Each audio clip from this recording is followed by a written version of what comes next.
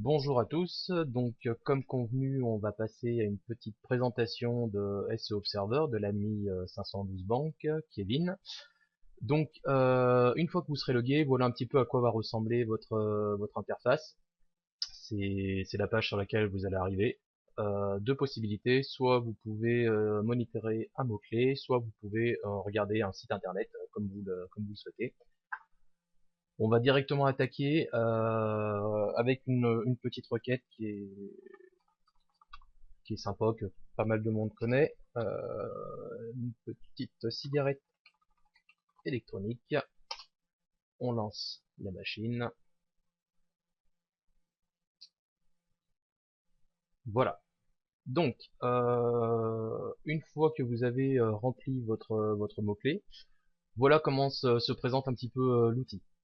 En clair, c'est une comparaison de SERP à de dates. Par défaut, l'écart entre les deux dates est de 6 ou 7 jours, selon le moment de la journée, si le refresh des positions d'aujourd'hui a été fait ou pas.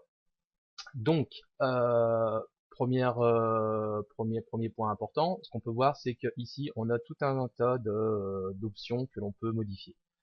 Notamment donc les 7 derniers jours, donc ça va être l'écart que vous allez avoir entre votre SERP de gauche et celle de droite.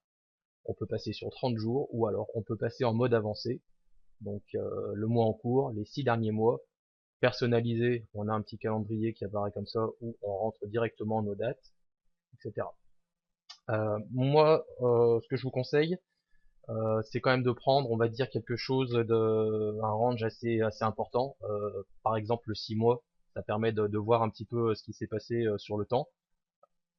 Il y a une petite option là qui est sympa, on voit qu'il y a un petit pingouin.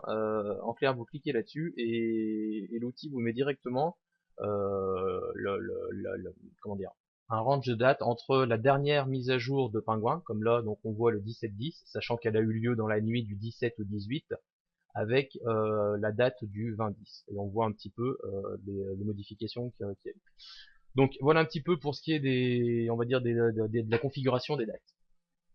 Donc là, sur notre requête, si on compare par exemple entre pingouins, on voit qu'on a tout un tas de résultats. On va jusqu'à la page 100, enfin jusqu'au résultat numéro 128. Les petits traits comme ça, c'est les séparations de pages dans Google, page 1, page 2, etc. On a directement accès à l'URL du site ou de la page qui est concernée. Vous faites un clic dessus, ça vous redirige directement sur le site en lui-même. D'accord. Donc assez pratique. Là, on a la position, la date, et là, on peut comparer avec aujourd'hui. Ce qui est intéressant, c'est que là, en plus, on est directement redirigé sur la page de résultats Google si on veut vérifier que, que c'est bien le cas, etc. Euh, Quand on voit tout ça, c'est pas super parlant. On a de tout, des baisses, des chutes, etc. On voit que quand on survole, là au milieu, on a un petit graphique qui apparaît. Donc c'est entre guillemets l'écart entre les deux dates, et on peut voir un petit peu comment dire, les fluctuations entre ces deux dates. Par exemple, si on va prendre sur les 6 derniers mois, donc le temps que ça se mette à jour, voilà. Donc on voit que on a eu pas mal de mouvements, des sites qui ont carrément dégagé, comme e-cigarettefrance.net, d'accord. Voilà. Donc ça c'est assez intéressant, on peut directement voir un petit peu l'évolution des positions, quand est-ce qu'il s'est fait shooter, etc. Autre point important et je dirais même essentiel entre guillemets pour pouvoir travailler correctement, c'est les options de filtre qui sont ici. Donc concrètement, vous pouvez affiner vos résultats. Là, il y a un petit bug, je l'ai signalé à Kevin. Normalement, il y a une petite aide qui vous explique un petit peu comment ça fonctionne. Là, il n'est pas actif. Ça dépend des pages. Donc voilà, Kevin va regarder ça. Aucun souci de ce côté-là. Donc, au niveau des filtres, il y en a plusieurs. Typiquement, on peut demander pour les positions. Donc position 2 points et on veut tous ceux qui ont voilà, qui ont bougé de plus de 10 positions. et on veut s'intéresser uniquement à ceux qui sont en page avant la page 3. Voilà. Donc ça permet un petit peu de d'affiner la page. On voit on avait 128 résultats tout à l'heure, là c'est plus le cas. On en a plus que 18. On peut faire exactement la même chose ici. Donc là on s'est intéressé à ceux qui ont pris entre guillemets une grosse claque en termes de ranking, et là on peut s'intéresser à ceux qui justement ont fait le sens inverse. Donc position 2 points inférieur à 10, et pour ceux qui sont dans la page, on va prendre pareil, hop, on va pas être original, voilà. Qu'est-ce que j'ai fait? Je me suis trompé. Hop, c'est supérieur à 10, voilà. Et donc là, on voit que certains ont fait des jolis bons, plus 110, plus 118, une entrée directement ici, voilà. Donc là, la même chose. Donc, dans les options, là, après, ce qu'on peut faire, c'est vraiment s'intéresser directement à un site, savoir pourquoi est-ce que Evaps a fait un plus 110, pourquoi est-ce que FrenchSmoke.fr est rentré à cette position. On a plusieurs choses. Quand on clique là un petit peu sur la molette, on a des options qui apparaissent, des possibilités. On peut faire directement un Google Info. Donc, cliquez dessus. Voilà, on voit, ok, que ça renvoie bien le même site. Aucun souci de ce côté-là. On peut voir les dates d'apparition, on peut directement aussi suivre le mot-clé, etc. Hop. Alors, tout à l'heure, j'avais vu un petit peu un truc sympa, je sais plus si c'est celui-ci. Je crois que ça doit être ça. Celui-là, on voit qu'il s'est fait shooter. Il était là, il a disparu.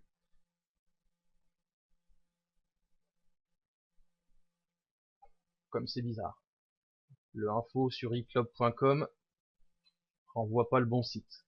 Je vous laisse tirer les conclusions qui vont bien sur les techniques utilisées par ce site. Euh, Clairement, c'est super pratique quand on veut, on va dire, analyser et expliquer rapidement des petits boosts de sites ou des disparitions, etc. Donc voilà un petit peu ce que l'on peut faire, entre autres avec ces filtres, etc. Ensuite, quand on veut vraiment rentrer plus en profondeur pour expliquer le positionnement et les fluctuations des SERP, on peut choisir directement un site. Allez, on va prendre par exemple celui-ci, là, qui a fait une entrée ici. Vous avez ici un petit logo qui va vous donner accès directement à la fiche détaillée du site.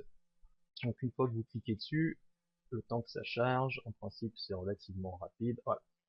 On arrive, sur on va dire une fiche détaillée du site où on a les données off-site, les données on-site, les mots-clés positionnés, le détail des encres et le topical trust flow. En gros, vous avez un dashboard super complet sur plein de métriques qui peuvent vous aider à interpréter les modifications dans les SERP.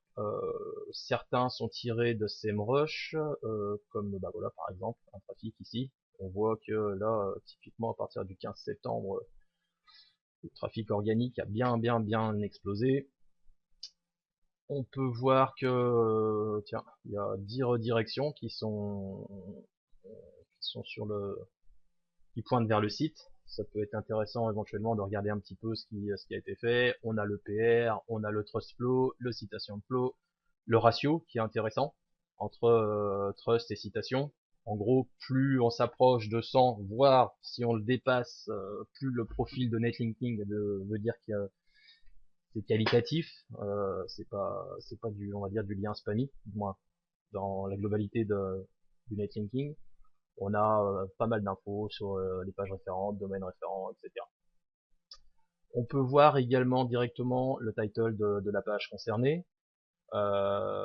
Les changements de title, là, le bot, entre guillemets, tout à l'heure, je sais pas si vous avez fait attention, on avait un petit message d'alerte comme quoi il n'avait pas d'infos depuis une certaine date. Donc là, ça se confirme ici. En gros, que ArchiveBot a pas pu a pas pu extraire des infos, on va dire antérieures, le nombre de pages indexées pour le site et le ratio entre dans l'index primaire et index secondaire. Ceux qui ne connaissent pas, j'avais fait un petit article pour expliquer un petit peu ce que c'était, comment les trouver, etc. Je vous laisse rechercher index primaire, index secondaire sur mon blog, pardon, vous aurez les explications.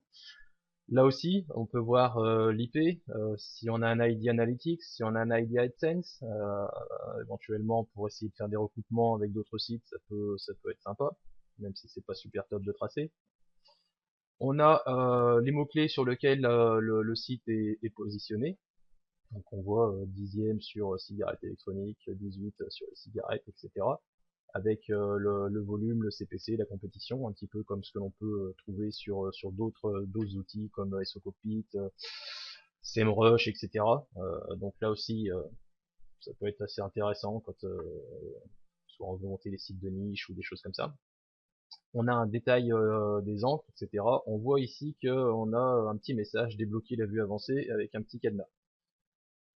Hop, là, le trust flow thématique, ceux qui ne connaissent pas, c'est en gros l'outil Majestic analyse les liens pointant vers le site et vérifie la concordance entre la thématique du site qui émet le lien et celui qui le reçoit. Donc idéalement, si je sais pas, j'ai n'importe quoi, vous avez un site de mutuelle, il faut que le trust flow thématique corresponde bien à mutuelle, etc.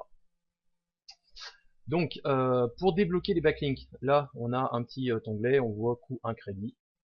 On va cliquer dessus, et normalement, là, on va avoir un petit onglet qui va apparaître, le temps que ça charge. Voilà, backlink.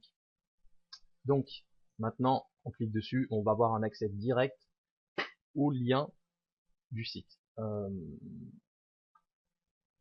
avec tout un tas d'infos. En clair, ici, vous avez les URL où se situe le lien. Vous avez le PR. Ici, on a le CMS, quand il a pu l'identifier. Ça peut être pratique aussi pour tout un tas de choses. Là, on voit qu'on a du Blogger, on a du WordPress, on a du Typo 3, on a la plateforme wordpress.com, etc. Donc, ça peut permettre aussi un petit peu d'identifier les stratégies de name linking qui ont été mises en place. On a les encres. On voit que si on survole, on peut directement filtrer aussi sur ces encres. Donc, par exemple, si on fait sur le filtre sur cette encre, normalement, voilà, il nous ressort que des backlinks qui contiennent ces encres. On voit ici qu'on a l'attribut du lien, est-ce qu'il est en dofollow, est-ce qu'il est en nofollow. On peut filtrer également, on peut choisir de n'afficher que les nofollow, que les dofollow. On voit la page de destination, etc.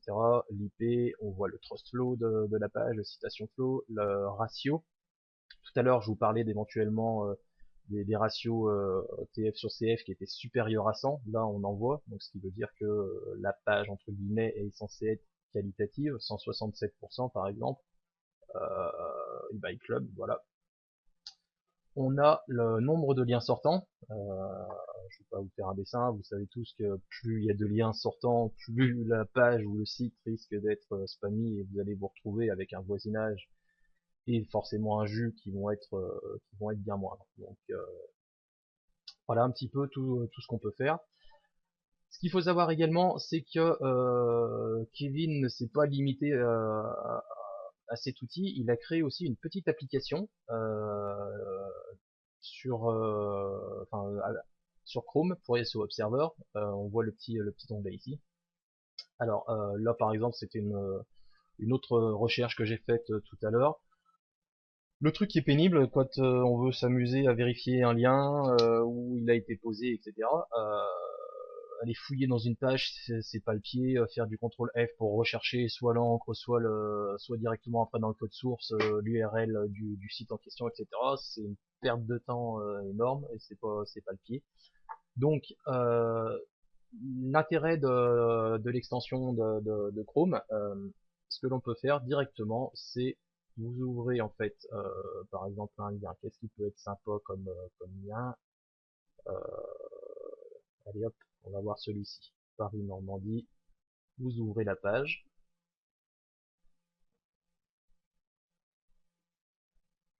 Le temps qu'elle charge.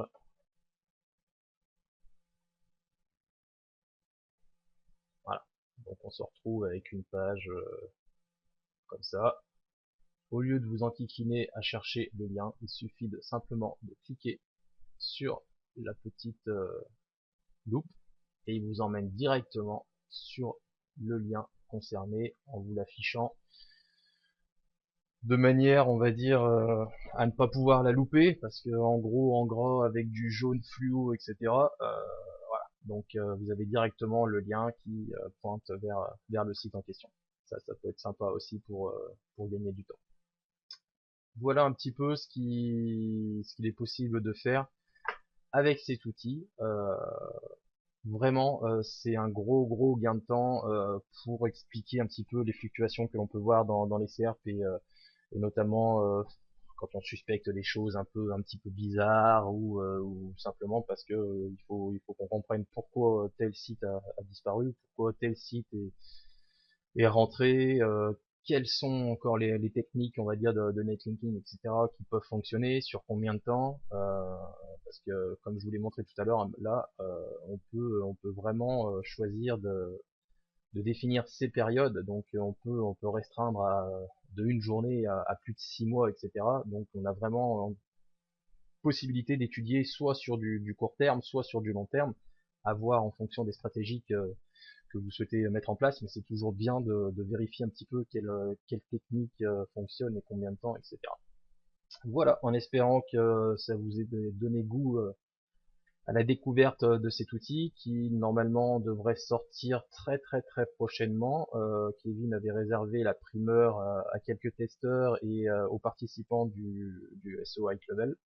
Donc je pense que dans les jours qui viennent, normalement tout le monde devrait pouvoir y avoir accès. Voilà, je vous laisse terminer de lire l'article et bien entendu de le partager si vous trouvez ça intéressant. Bonne journée à tous!